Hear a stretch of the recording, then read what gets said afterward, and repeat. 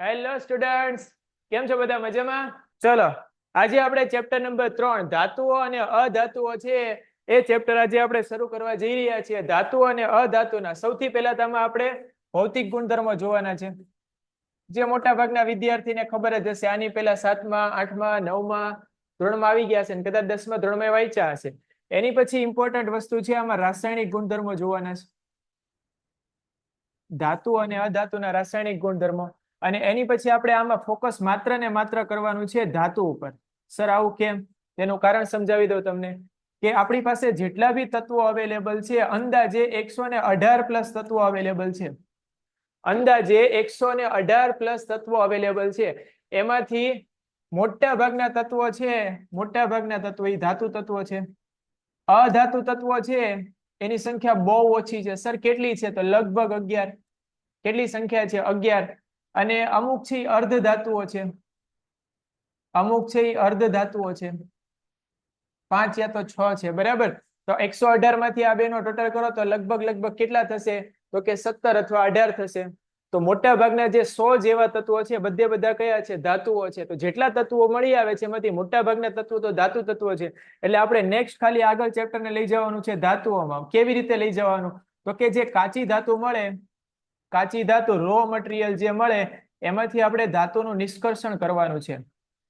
ધાતુનું નિષ્કર્ષણ.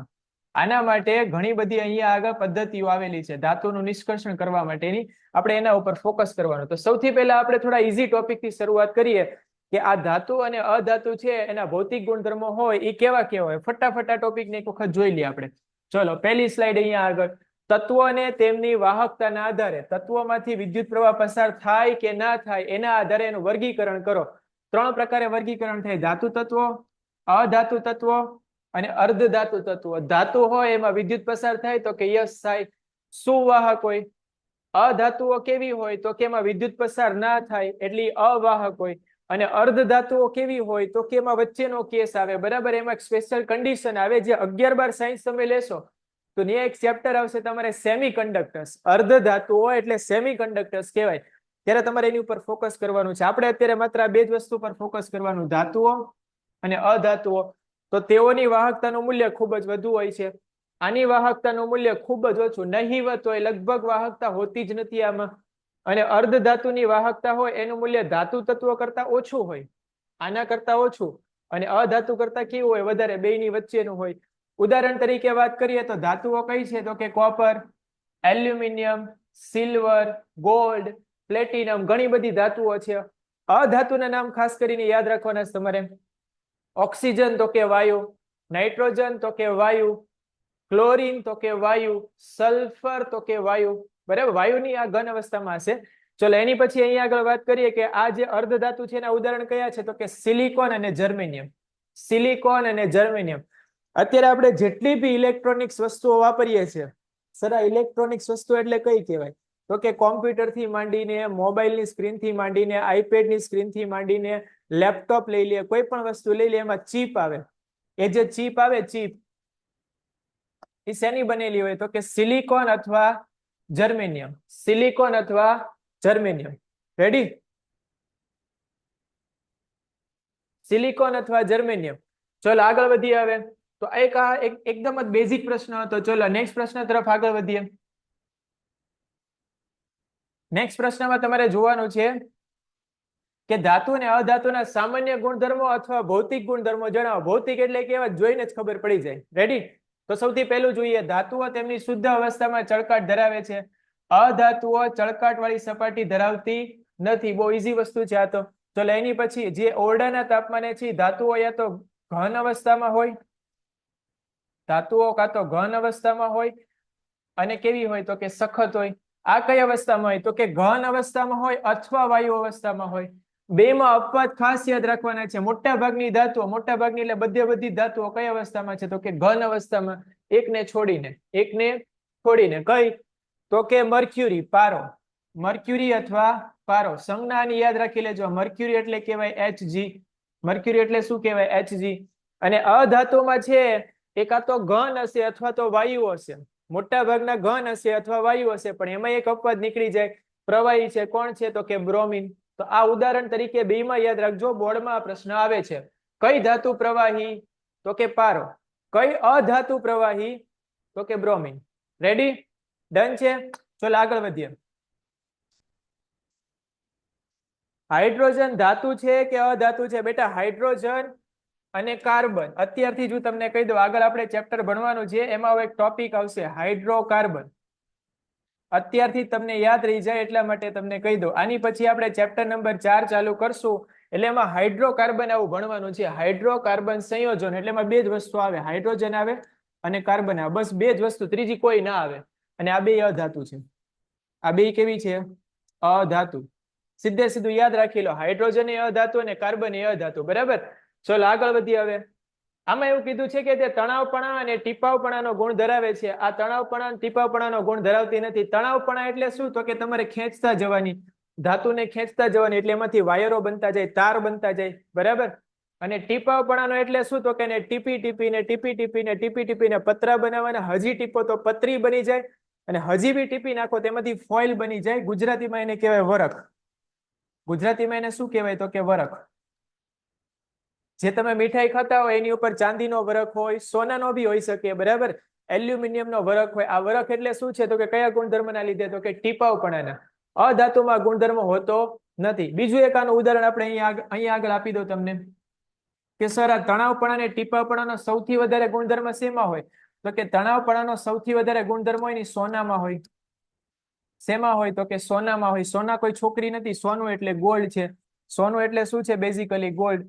Yellow colour લઈ લે એટલે બેમાં દેખાય. સોનું એટલે ગોલ્ડ ની વાત થાય છે. જો તમે 1 ગ્રામ ગોલ્ડ લઈ લો, 1 ગ્રામ ગોલ્ડ, અને એમાંથી વાયર બનાવો તો લગભગ 2 કિલોમીટર લાંબો વાયર બને. કેટલો વાયર બને? 2 કિલોમીટર લાંબો વાયર બને. 2 કિલોમીટર એટલે બધાને અંદાજો આવી જશે. 1 ગ્રામ જ લેવાનો, આટલું એવું આવે. આટલા એવા સોનાને તમે ખેંચતા જાઓ, ખેંચતા જાઓ, ખેંચતા જાઓ, ખેંચતા જાઓ, ખેંચતા જાઓ, તો 2 કિલોમીટર લાંબો વાયર બની જાય. કેટલા કિલોમીટર? 2 કિલોમીટર. અને એ જ પ્રમાણે જો તમને એમ કે સૌથી વધારે તણાવપણાનો ગુણધર્મ શેમાં? તો કે સોનામાં. અને સૌથી વધારે ટીપાવપણાનો ગુણધર્મ શેમાં? તો કે સોનું. સોનું સોનું તો એમાં આવશે જ તે, કારણ કે સોનામાંથી આપણે વરખ બનાવી શકીએ. અને આની સાથે ચાંદી આવશે. આની સાથે બીજું શું આવશે? ચાંદી. સૌથી વધારે બોલું છું. બરાબર? એવું નથી કે આ બેમાં જ છે, બીજી ઘણી ધાતુઓ છે જેને ખેંચીને તાર બનાવી શકાય. ચલો, જે લોકોને ખબર હોય કે આપણા ઘરમાં જે વાયર આવેલા હોય, ઇલેક્ટ્રિસિટીના વાયર, વિદ્યુતના વાયર, એ કયા મટીરિયલના બનેલા હોય? ફટાફટ કમેન્ટમાં જવાબ આપો, ફટાફટ. આપણા ઘરમાં જે વિદ્યુતના વાયરો આવેલા છે, આપણા ઘરમાં જે વાયરિંગ થયેલું છે, એમાં કયા વાયર આવેલા હોય? કઈ ધાતુના હોય? બોલો ફટાફટ. Copper. Very good, very good. તો મતલબ કોપરમાં આ ગુણધર્મ આવેલો છે. કયો? તો કે તણાવપણાનો. બરાબર? કોપરમાંથી ટીપાવપણાનો ગુણધર્મ આટલો બધો નથી આવેલો. આવેલો છે ખરી, પણ આટલો બધો નથી. બરાબર? એટલી હદ સુધી એના પતરા ના બનાવી શકાય. તો બેઝિકલી સૌથી વધારે ગુણધર્મ શેમાં છે? તણાવપણાનો સોનામાં. અને સૌથી વધારે ટીપાવપણું તો કે સોનું અને ચાંદી. આ ઉદાહરણ યાદ રાખવાના છે, ખાસ યાદ રાખજો. ચલો એની પછી વાત કરીએ. આ ઉષ્મા અને વિદ્યુતના સુવાહક હોય, સારા વાહક હોય. ઉષ્મા અને વિદ્યુત બે પસાર થઈ જાય. અને ઉષ્મા અને વિદ્યુતના કેવા હોય? અવાહક હોય, પસાર થતી નથી. પણ આમાં તમારે યાદ રાખવાનો છે એક અપવાદ. આમાં એક અપવાદ આવશે. આમાં શું આવશે સર? તો કે અપવાદ આવશે. કયો અપવાદ છે? તો કે કાર્બનનો ભાઈ છે, કાર્બન છે એનું અપર રૂપ છે. કાર્બનનું અપર રૂપ ગ્રેફાઇટ. ગ્રેફાઇટ એટલે કાર્બન જ કહેવાય. બોલો, ગ્રેફાઇટ જોઈ છે બધા લોકોએ? પેન્સિલ જોઈ હશે. પેન્સિલમાં જે વચ્ચે અણી આવે, જે આખી લીડ આવે, લીડ શેની બનેલી હોય? તો કે ગ્રેફાઇટની. આજુબાજુનું જે વસ્તુ હોય એની વાત નથી કરતો. આજુબાજુ હોય તો લાકડું હોય, પણ વચ્ચે જે આવે એ ગ્રેફાઇટ હોય. એ ગ્રેફાઇટ એટલે શું? તો કે કાર્બન જ છે. કાર્બનના ઘણા બધા સ્વરૂપો છે. આની આપણે અહીંયા આગળ ફટાફટ ચર્ચા કરી લઈએ. આગળ જઈને આ ટોપિક આપણે આવવાનો જ છે. ફટાફટ આની એકવાર હું ચર્ચા કરી દઉં. ધ્યાન આપજો અહીંયા આગળ. ક્યાં ગયું પેજ? ક્યાં ગયું? Okay, done. જે કાર્બન છે એના ઘણા બધા અપર રૂપો છે. કાર્બનના ઘણા બધા અપર રૂપો છે. એમાંથી આપણે 10માં આટલા અપર રૂપો યાદ રાખવાના છે. પહેલું અપર રૂપ છે હીરો છે. પહેલું કયું છે? હીરો. હીરો એટલે કાર્બન જ કહેવાય. અને આ સૌથી સખત છે. આ સૌથી કેવું છે? સખત. જેટલા બી તત્વો અવેલેબલ છે, જેટલા બી 118 માં સૌથી સખત કોણ? તો કે હીરો. હીરો એટલે કાર્બન જ છે, પણ કાર્બન થી બીજા રૂપમાં અવેલેબલ હોય. કયું રૂપ સર? તો કે ગ્રેફાઇટ. તો ગ્રેફાઇટ એટલે પેન્સિલની અણીની વાત થાય તો આમાં કાર્બન જ હોય, પણ કાર્બન થી બીજા સ્વરૂપમાં હોય. એનું જે બંધારણ હોય થોડું અલગ હોય. તો તમે પેન્સિલ જોઈ હશે, પેન્સિલની અણી તો બટકી જાય. તો જો કાર્બન થી હીરા તરીકે હોય તો એકદમ સખત હોય, અને ગ્રેફાઇટ તરીકે હોય તે તરત તૂટી જાય છે. રેડી? અને આની સિવાય તમારે હજી એક ઉદાહરણ યાદ રાખવાનું છે, બકમિસ્ટર ફુલર. બકમિસ્ટર ફુલર. સર આ શું કહેવાય? આની ચર્ચા આપણે આગળના ચેપ્ટરમાં કરવાની છે, બરાબર? ખાલી ઉદાહરણ યાદ રાખી લો. C60 આને બોલાય બકમિસ્ટર ફુલરીન, યા તો ફુલેરીન બી કહેવાય છે. તો 3 ઉદાહરણ તમારે 10મા ધોરણમાં યાદ રાખવાના છે કે કાર્બન છે એ કયા કયા સ્વરૂપે અવેલેબલ છે 10મા ધોરણમાં. આની સિવાય બી અવેલેબલ હોય પણ આપણે એની ચર્ચા નથી આવતી. કાર્બન છે એનું એક સ્વરૂપ છે કોલસો. કાર્બનનું જે એક સ્વરૂપ છે કોલસો. કોલસો કાળા કલરનો હોય, હીરો હોય, ચળકાટ હોય, ગ્રેફાઇટ હોય એમાં થોડો ચળકાટે હોય પણ બટકી જાય. આમાંથી વિદ્યુત પસાર થાય, આમાંથી વિદ્યુત પસાર ના થાય, આમાંથી વિદ્યુત પસાર ના થાય, આમાંથી વિદ્યુત પસાર ના થાય. તો કાર્બનના જેટલા બી અપર રૂપો છે એને બહરૂપિયાઈ બી કહેવાય. કાર્બન છે ઘણા બધા રૂપોમાં અવેલેબલ છે. તો એમાંનું એક સ્વરૂપ છે કયું છે તો કે ગ્રેફાઇટ. અને જે ગ્રેફાઇટ છે એ કાર્બનનું કેવું હોય તો કે સુવાહક હોય. બધી ધાતુઓ, બધી અધાતુઓ છે એ કાર્બનની કેવી છે? અવાહક છે. ઉદાહરણ તરીકે બધી લેખવાની, પણ અપવાદ તરીકે કઈ સુવાહક છે તો કે ગ્રેફાઇટ. ચલો આની પછી આગળ વધીએ. અહીંયા એક પ્રશ્ન આવે છે, સર વરખ શરીર માટે ફાયદાકારક છે કે નુકસાનકારક છે? બેટા આપણા શરીરમાં છે ને બધી ધાતુઓ છે થોડા થોડા અંશે આવેલી છે. તમને ના ખબર હોય તો કહી દઉં. આપણા જે હાડકા હોય એમાં કેલ્શિયમ આવેલું હોય. હાડકામાં શું આવેલું હોય તો કે સર કેલ્શિયમ આવેલું હોય. એ ધાતુ અવેલેબલ જ છે પહેલેથી, આપણે એમાં કઈ કરવાની જરૂર નથી. આપણું જે લોહી હોય, રુધિર જે કહેવાય, બ્લડ કહેવાય, એમાં આયન આવેલું હોય. આયન એટલે Fe, લોખંડ, બરાબર? ઓલરેડી અવેલેબલ જ છે. પણ એવું આપણા મગજમાં એવી ઇમેજ હોય કે આયન એટલે લોખંડના ટુકડા હશે, પણ આયન છે પરમાણુ સ્વરૂપમાં હોય અને ન્યાય એનું કામ ઈ કરશે, બરાબર? તો આપણા શરીરમાં ઘણા બધા તત્વો છે જે આપણા માટે જરૂરી છે, ઓલરેડી અવેલેબલ છે જ તે. રેડી? તો આપણે જ્યારે મીઠાઈમાં વરખને ખાઈ લઈએ તેનું પ્રમાણ એટલું બધું નહીવત હોય કે આપણને નુકસાન કરતું નથી. પણ ચાંદીનું બિસ્કિટ બનાવીને ખવાય નહીં, બરાબર? સોનાનું બિસ્કિટ બનાવીને ખવાય નહીં. પણ મીઠાઈ હોય એમાં સોનાનો વરખ પાથરી દેવાનો અને પછી મીઠાઈ ખાઈએ, તેનું પ્રમાણ એટલું બધું નજીવું હોય કે આપણે નુકસાન ના કરે. ચલો એની પછી ક્લિયર છે ડાઉટ? ઓકે,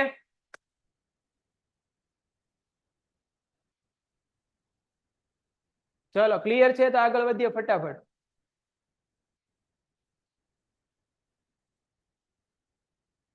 સર અપર રૂપ એટલે શું? અપર રૂપ એટલે બેટા હોય કાર્બન જ તે.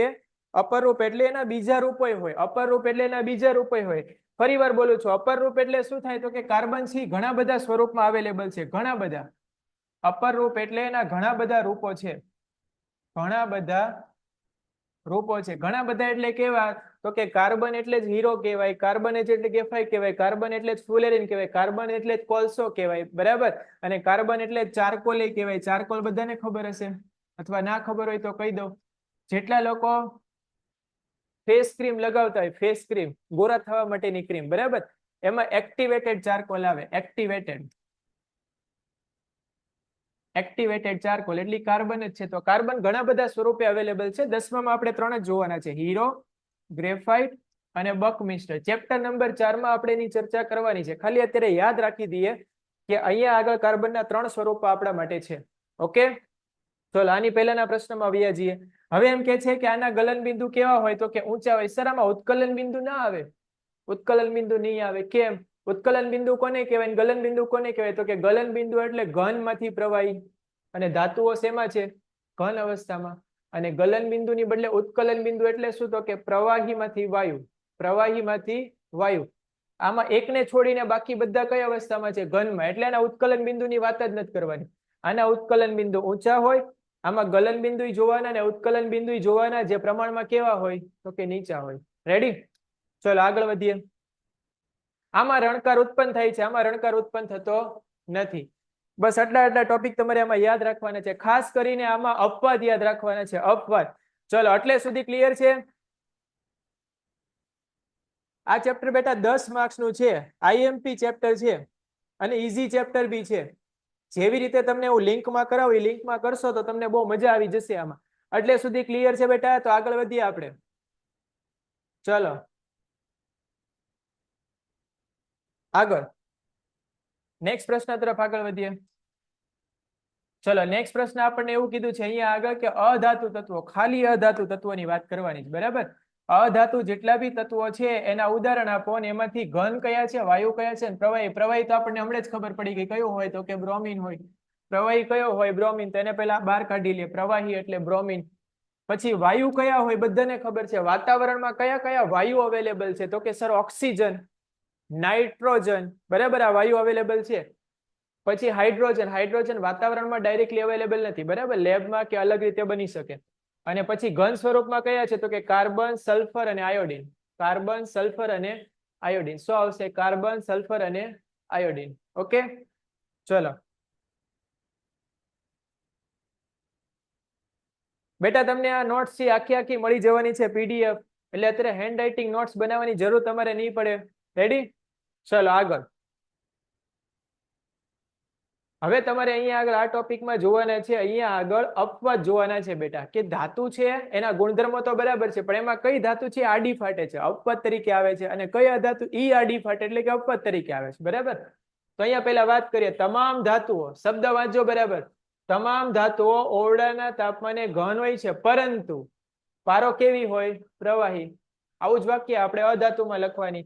સામાન્ય રીતે અધાતુ તત્વ ઘન અથવા વાયુ સ્વરૂપમાં હોય, પણ એક પાછું આડું ફાટ્યું, બ્રોમિન કેવો હોય? પ્રવાહી.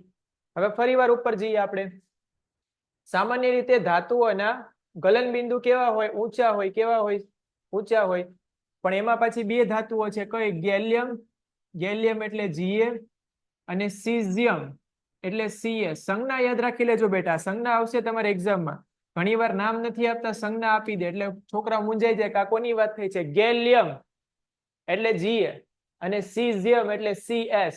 શું આવશે? Cs. આ બેયના ગલન બિંદુ છે કેવા છે? પ્રમાણમાં નીચા છે. સર નીચા એટલે કેટલા નીચા? જો તમે હાથમાં રાખો ને, હાથમાં, હથેળીમાં, તે પીગળી જાય એટલી મુલાયમ નાજુક નાજુક ધાતુઓ છે આ. ખાલી હાથમાં રાખવાની. સીઝિયમ ને ગેલિયમ ને હાથમાં રાખી દો ને તો તરત પીગળી જાય, પારા જેવી થઈ જાય. કેવી થઈ જાય? પારા જેવી. રેડી? ચલો એની પછી આમાં આગળ વધીએ. ધાતુ તત્વને છરી વડે કાપી શકાતા નથી, કારણ કે સખત હોય છે ધાતુઓ, બરાબર. પણ એમાંય પાછી ત્રણ ધાતુઓ આડી ફાટે છે. કઈ? તો કે કલી ધાતુઓ. કઈ ધાતુઓ? કલી. કલી ના કહેવાય બેટા, આલ્કલી કહેવાય. શું કહેવાય? આલ્કલી ધાતુઓ. કેવી ધાતુઓ? આલ્કલી ધાતુઓ. આ ઉદાહરણ યાદ રાખજો, આ ચેપ્ટરમાં બહુ બધી વખત આવવાના છે. લી ના ક. શું યાદ રાખશો? લી ના ક. ફરીવાર લી ના ક. શું આવશે? લી ના ક. Lithium, sodium, potassium. Lithium, sodium, potassium. જ્યારે બી તમારા મગજમાં આવે આલ્કલી ધાતુઓ શબ્દ આવે એટલે તરત ક્લિક કરવું જોઈએ લિનાક. શું ક્લિક કરવું જોઈએ? લિનાક. ઓકે, આના વિશે આપણે આગળ ચર્ચા કરવાની છે કે આલ્કલી ધાતુઓ છે એમાં બીજા કયા કયા ગુણધર્મો હોય. અત્યારે પૂરતું યાદ રાખી લો, બધી ધાતુઓ છે એકદમ સખત છે, પણ ત્રણ ધાતુ એવી છે જેને મસ્ત રીતે cut cut cut cut cut કરી શકાય, મતલબ ચપ્પુ વડે કાપી શકાય. કઈ છે? તો કે લીના. ચલો હવે આમાં આપણે થોડા અપવાદ જોઈ લઈએ. અધાતુમાં સામાન્ય રીતે અધાતુ તત્વો છે ચળકાટ ના ધરાવે, પણ એમાંય પાછું એક અપવાદ છે. આયોડિન ચળકાટ ધરાવે છે, ને આયોડિન ની સાથે સાથે હીરોય ચળકાટ ધરાવે. આ તો મારે કહેવાની જરૂર જ નથી, હીરો એટલે કાર્બન જ છે. રેડી? તો બે વસ્તુ આમાં યાદ રાખવાની છે. અહીંયા એક જ લખી છે, આપણે બે યાદ રાખવાની છે. આયોડિન અને હીરો બે ચળકાટ ધરાવે છે. અધાતુ તત્વના ગલન બિંદુ કેવા હોય? નીચા. પણ કાર્બનના અપર રૂપ છે હીરા, એનું ગલન બિંદુ ખૂબ જ કેવું છે? ઊંચું. હમણાં જ આપણે વાત કરી કે હીરો છે સૌથી સખત છે. જેટલા બી તત્વો છે એ બધા તત્વોમાં સૌથી સખત કોણ? તો કે હીરો, બરાબર. એકદમ સખત છે આ. તો આ સખત હોય તેનું ગલન બિંદુ ઓબ્વિયસ છે. કેવો હોવાનું? ઊંચું હોવાનું. એને પીગળવા માટે વધારે પ્રમાણમાં ઉર્જા આપવી પડશે આપણે. ઓકે, સૌથી વધારે ગલન બિંદુ છે આપણે. અધાતુ તત્વો સામાન્ય રીતે વિદ્યુતના અવાહક હોય છે, પણ કાર્બનનું એક સ્વરૂપ, કાર્બનનું એક અપર રૂપ કયો? તો કે ગ્રેફાઇટ. વિદ્યુતનું કેવું છે? સુવાહક છે. ઓકે, ડન છે. ચલો એટલે સુધી ક્લિયર હોય તો ફટાફટ ટાઈપ કરો. મોજ મોજ મોજ એટલે આપણે આગળ વધીએ. ફટાફટ ટાઈપ કરો, ફટાફટ ટાઈપ કરો. મોજ મોજ મોજ એટલે આપણે આગળ વધીએ.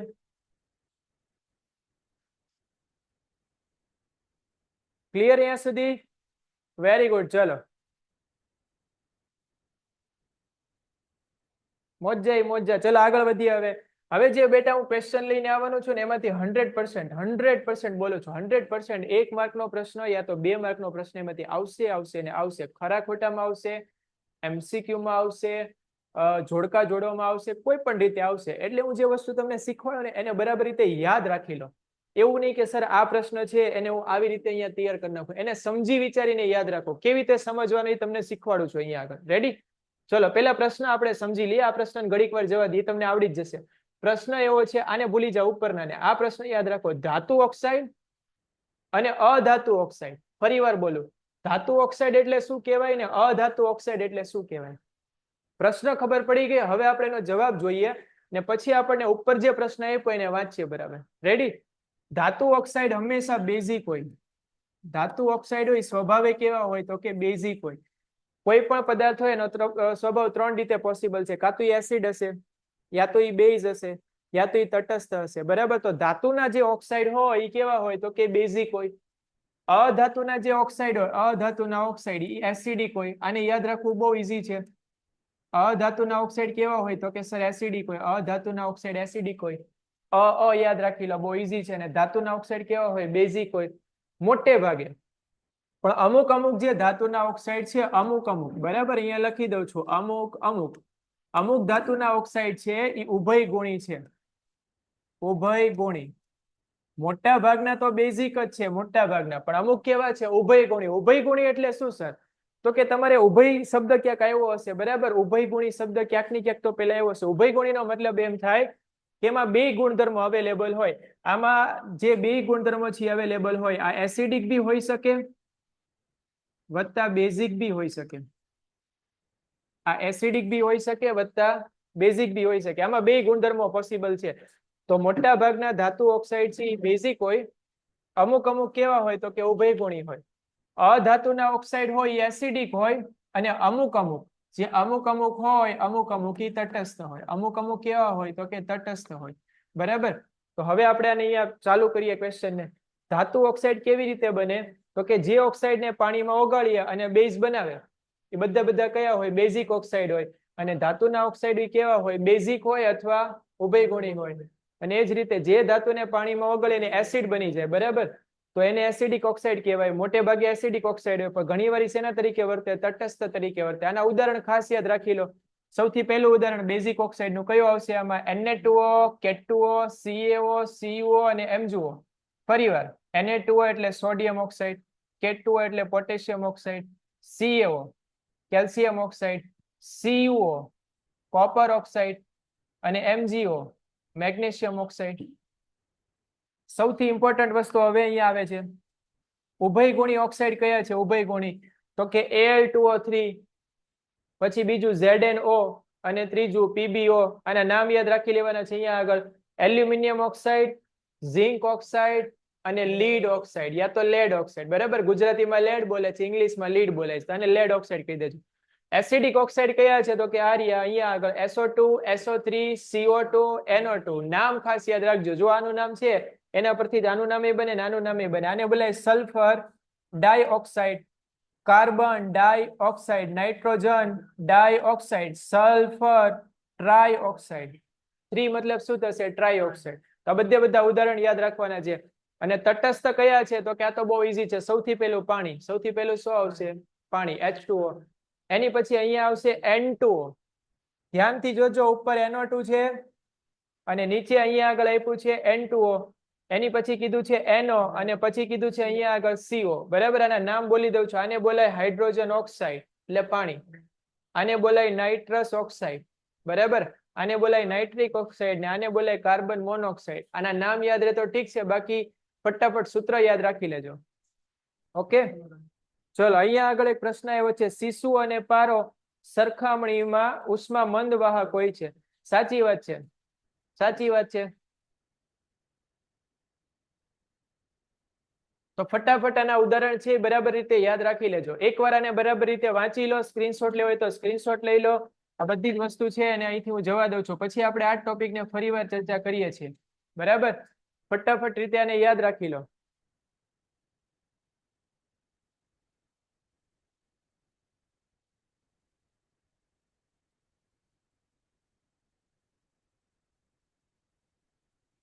ચલો, આને એકવાર શાંતિથી બરાબર રીતે વિચારીને યાદ રાખી લો. પછી આ ટોપિકને હું બીજી વાર સમજાવું છું બીજી રીતે.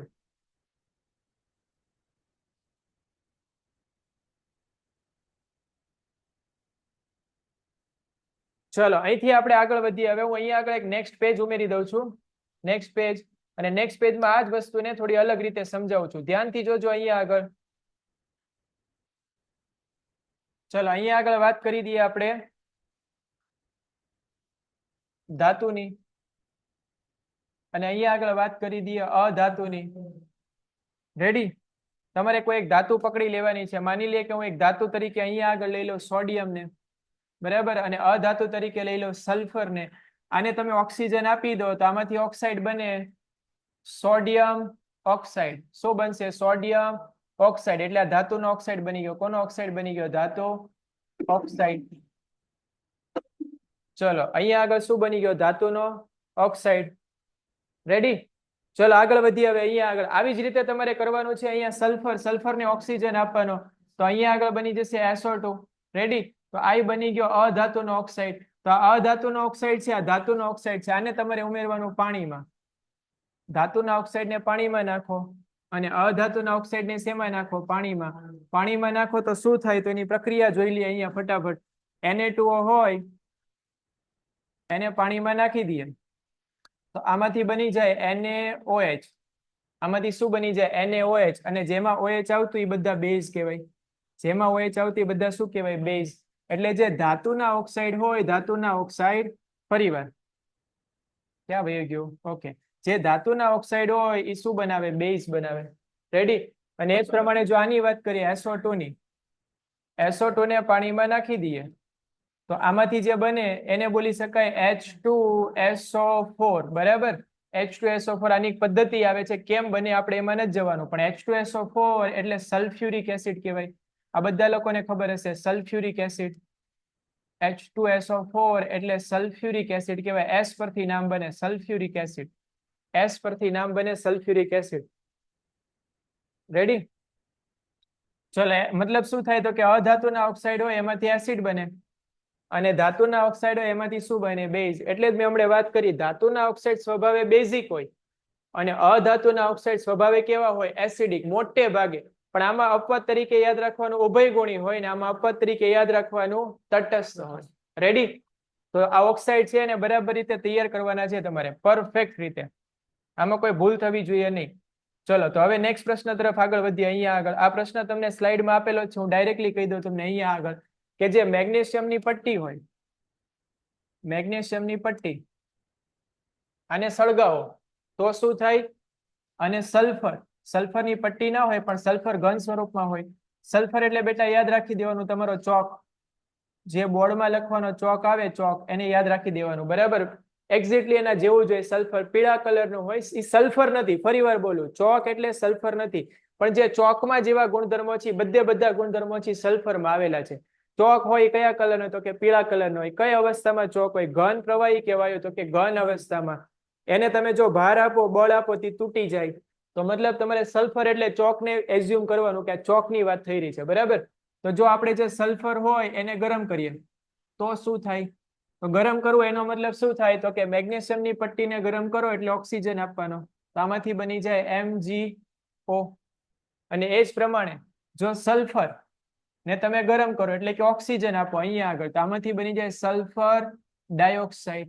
તો બોલો આ કયા ઓક્સાઇડ છે? ધાતુના કે અધાતુના? તો કે ધાતુના. કયા ઓક્સાઇડ છે? ધાતુના. અને ધાતુના ઓક્સાઇડ સ્વભાવે કેવા હોય? તો કે બેઝિક હોય. અને જો આ બેઝિક હોય તો કયા લિટમસ પેપરને કયા લિટમસ પેપરમાં ફેરવે? લાલને ભૂરામાં ફેરવે કે ભૂરાને લાલમાં ફેરવે? બોલો. બેઝિક સ્વભાવ હોય કયા લિટમસ પેપરને કયા લિટમસમાં ફેરવે? તો કે લાલને ભૂરામાં ફેરવી દે. લાલ લિટમસ હોય એને ફેરવી દે ભૂરા લિટમસ પેપરમાં. ઓકે, તો આ જ રીતે આનો જવાબ આપવાનો છે. જો ધાતુના ઓક્સાઇડ હોય તો બેઝિક હોય, તો મતલબ ઈ કેવા કરી દે? લાલ ને ભૂરા કરી દે. અને એ જ પ્રમાણે આ અધાતુના ઓક્સાઇડ છે, સલ્ફર ડાયોક્સાઇડ એટલે અધાતુ ઓક્સાઇડ. સલ્ફર ડાયોક્સાઇડ એટલે અધાતુ ઓક્સાઇડ. અને અધાતુ ઓક્સાઇડ છે એનો મતલબ આ કેવા હશે? એસિડિક. અને એસિડ જે હોય એ ભૂરાને કેવું કરી દે? લાલ કરી દે. તો કે ભૂરા લિટમસ ને કેવું બનાવી દે? તો કે લાલ બનાવી દે. તો બસ તમારે આનો જવાબ આપવાનો છે. આ 2 માર્કનો પ્રશ્ન અહીંયા આગળ આપ્યો છે તમને કે મેગ્નેશિયમની પટ્ટીને સળગાવવામાં આવે તો શું બને છે અને લિટમસ પત્ર પર કેવી અસર કરે છે. તો કે મેગ્નેશિયમની પટ્ટીને આપણે સળગાવી દે, સળગાવીએ એટલે ગરમી આપીએ, તાપમાન આપીએ, ગરમ કરીએ, બરાબર. તો મેગ્નેશિયમ ઓક્સાઇડ બને. ધાતુનો ઓક્સાઇડ કેવો હોય? બેઝિક હોય. અને બેઝિક હોય તો લાલમાંથી ભૂરું કરી દે. અને એ જ પ્રમાણે સલ્ફરનો ઓક્સાઇડ કેવો હોય? અધાતુ, એસિડિક. ભૂરાને કેવું કરી દે? લાલ કરી દે. ઓકે, ચલો. બેઝિકમાં લાભુ યાદ રાખવાનું. હા, બરાબર છે બેટા, તમારી ટ્રીક હોય એ પ્રમાણે યાદ રાખી લેજો. લાભુ 2 એમ યાદ રાખી શકાય. જે લોકોને યાદ ના રહેતું આવી રીતે યાદ રાખી લો. લાભુ 2. અહીંયા આગળ એક વિદ્યાર્થી લખે છે સર બેઝિકમાં લાભ યાદ રાખવાનો. તો આમ યાદ રખાય, લાભુ 2. લાભુ કેટલી વાર છે? તો કે 2 વાર. મતલબ લાલમાંથી ભૂરું બને તે બેઝિક હોય. શું હોય? લાલમાંથી ભૂરું બને તો શું હોય? બેઝિક હોય. અને એ જ પ્રમાણે એસિડમાં યાદ રાખવું હોય તો આમ યાદ રખાય, ભૂરા એ. ભૂલા એ. ભૂરામાંથી લાલ બને તો એસિડ હોય. બરાબર. આ ટ્રીક તમારે જે રીતે યાદ રાખવી રીતે યાદ રાખી શકાય. બેઝિક વસ્તુ છે આ. સિલ્વર સલ્ફાઇડ નું રાસાયણિક સૂત્ર શું થાય? સિલ્વર સલ્ફાઇડ નું રાસાયણિક સૂત્ર Ag2S. Ag2S.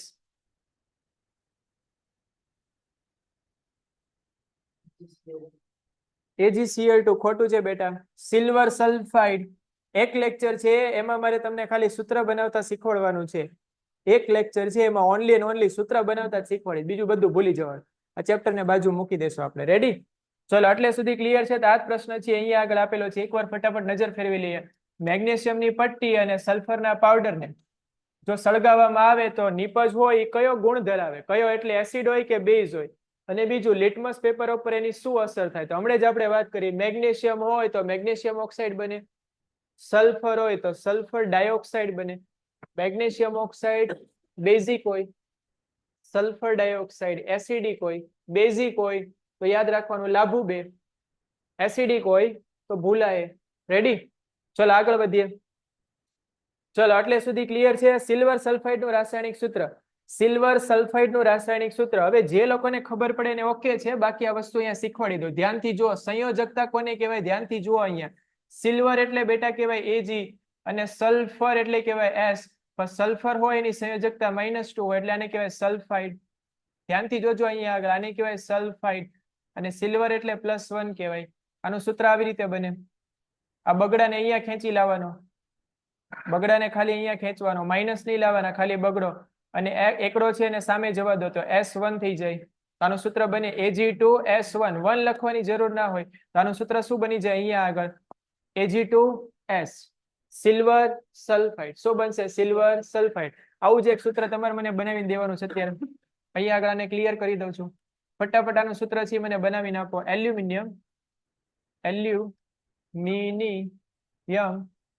સલ્ફાઇડ. આને ગુજરાતીમાં લખી દો. બરાબર? Aluminium sulphide. સલ્ફાઇડ એટલે બેટા કહેવાય -2 અને એલ્યુમિનિયમ હોય એટલે કહેવાય +3.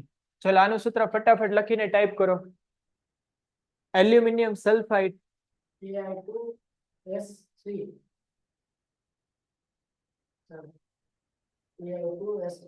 AI નથી, આ Al છે. ચલો, આનું સૂત્ર શું બનશે? ફટાફટ ટાઈપ કરીને આપો. કોણે ટાઈપ કર્યું છે અહીંયા આગળ? Al2S ખોટું છે, Al2S. Al3S ખોટું છે, Al2S3.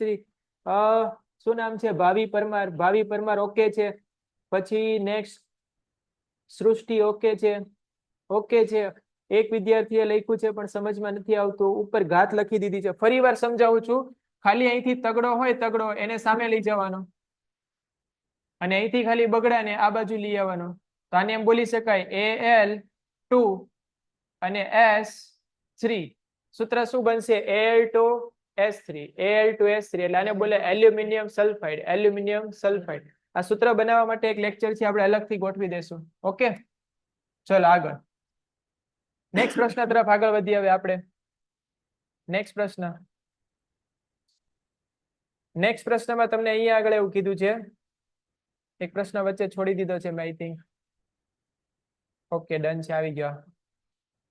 આવી ગયો. હા, હવે ખાલી આપણે ફોકસ કરવાનો છે ઉભયગુણી ઓક્સાઇડમાં. ખાલી તમારે યાદ રાખવાના છે ઉભયગુણી ઓક્સાઇડ. કયા કયા ઉભયગુણી ઓક્સાઇડ હતા? ચલો ફટાફટ કમેન્ટમાં ટાઈપ કરો અહીંયા જોયા વગર. કયા કયા ઉભયગુણી ઓક્સાઇડ હતા એને ફટાફટ ટાઈપ કરો અહીંયા આગળ જોયા વગર. અહીંયા આગળ તમારે જોવાના નથી.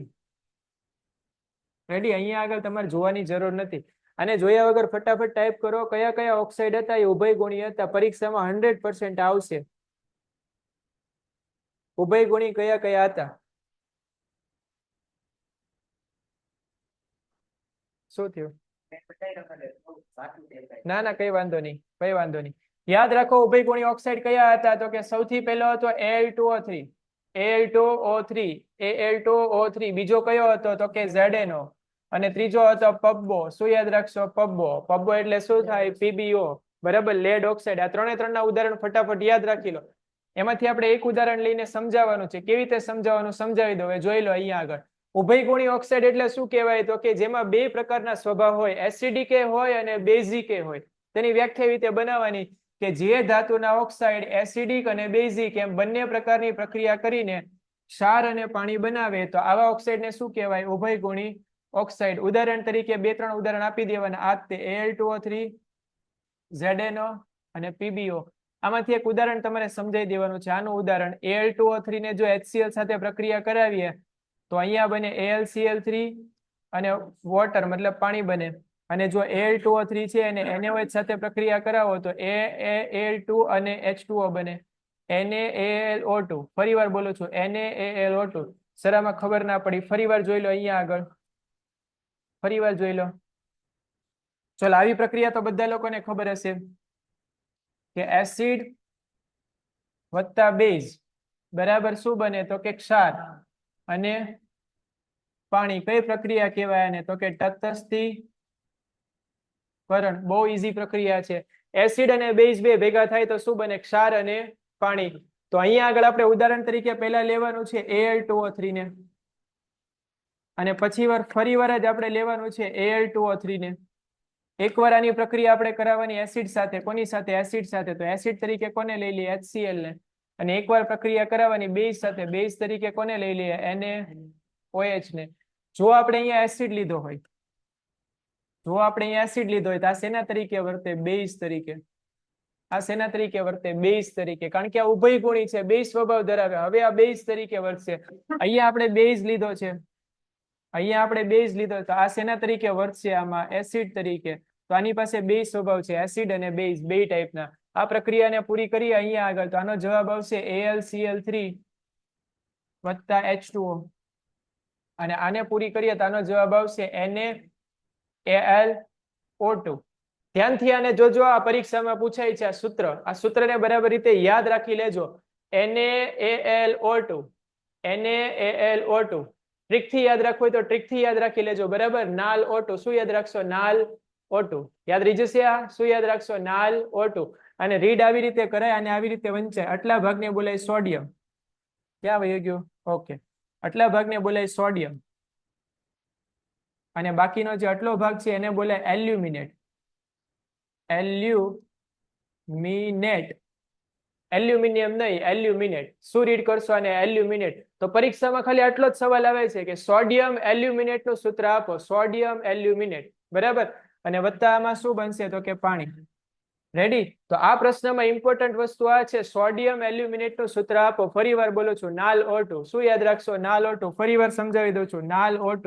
નાલ એટલે કેવી રીતે? તો કે ના-આ-લ અને પછી શું આવે? O2. ઓકે, ડન છે આ? ચલો, આમાં ક્લિયર હોય તો ફટાફટ ટાઈપ કરો મોજ. એટલે આપણે આગળ વધીએ. આમ તો આજે આપણો ટાઈમ પૂરો થઈ જાય છે એટલે નેક્સ્ટ ક્વેશ્ચન તરફ નહીં જઈએ. એટલે સુધી ક્લિયર હોય તો ફટાફટ મોજ ટાઈપ કરો. એટલે ફટાફટ એક હજી MP નાનો એવો પ્રશ્ન આપી દો. નાનો એવો પ્રશ્ન, એક નાનો એવો પ્રશ્ન અત્યારે ફટાફટ આપી દો. આ પ્રશ્નને તમારી બુક છે એમાં ટાઈપ કરી લેજો અત્યારે. બરાબર, પરીક્ષામાં આવવાની શક્યતા પૂરેપૂરી છે આ. ચલો, બે નાના નાના પ્રશ્ન આપી દો કે જે સાયન્સની બુકમાં માત્ર એક જ વાર આવશે. એક જ વાર. બરાબર, બે આવા સમીકરણ છે એમાં એક જ વાર આવશે. ક્યાં આવશે એની ચર્ચા આપણે પછી કરશું. પહેલા ખાલી નામ યાદ રાખી લો. સોડિયમ. તમને એમ પૂછે સોડિયમ એલ્યુમિનેટ નું સૂત્ર શું થાય? એલ્યુમિનેટ. એલ્યુમિનિયમ નથી આ. Sodium aluminate. તો હમણાં જ આપણે વાત કરી. શું થાય આનું સૂત્ર? તો કે NaLO2. NaAlO2. NaAlO2. રેડી? જેમ યાદ રાખવી રીતે યાદ રાખી લેજો, એમાં કોઈ પ્રોબ્લેમ નથી. બીજું સૂત્ર તમારે યાદ રાખવાનું છે સોડિયમ ઝિંકેટ. Sodium zincate. ઝીકી દેવાનું છે આપણે. પરીક્ષામાં સવાલ આવે એટલે સીધે સીધું ઝીંકી દેવાનું. બોલો, કોઈને આનું સૂત્ર આવડે છે તો ફટાફટ ટાઈપ કરીને બતાવો. કોઈને આનું સૂત્ર આવડે છે તો ફટાફટ ટાઈપ કરીને બતાવો. ફટાફટ કમેન્ટમાં ટાઈપ કરો. કોઈને આનું સૂત્ર યાદ હોય તો ફટાફટ. ઝીંકેટ. ઘણા બધા લોકો ટાઈપ કરી રહ્યા છે, પણ આઈ થિંક એકાદ બે વિદ્યાર્થીના આન્સર સાચા છે. એકાદ બે વિદ્યાર્થીના આન્સર સાચા છે. ધ્યાનથી જુઓ, અહીંયા આગળ આનું સૂત્ર યાદ રાખવાનું છે.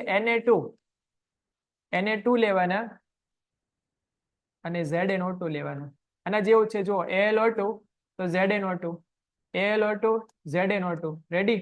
પણ આગળ સોડિયમ એક નહીં લેવાના. કેટલા લેવાના? 2. એટલે આનું સૂત્ર થશે Na2 ZnO2.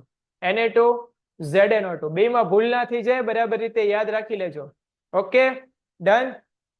ચલો, એક નાની એવી ભૂલ થશે તો માર્ક્સ આવતા આવતા વ્યા જશે. આમાં એવું નહીં કે અડધું સૂત્ર લખ્યું તો અડધો માર્ક આવે. સાચું તો 1 માર્ક, ખોટું તો 0 માર્ક. ઓકે, એટલે બરાબર રીતે એને યાદ રાખી લેજો. ચલો, એટલે સુધી ક્લિયર હોય તો ફટાફટ ટાઈપ કરો મોજ. ફટાફટ ટાઈપ કરો મોજે મોજ. એટલે આપણે આજનો લેક્ચર અહીંયા આગળ પૂરો કરી દઈએ.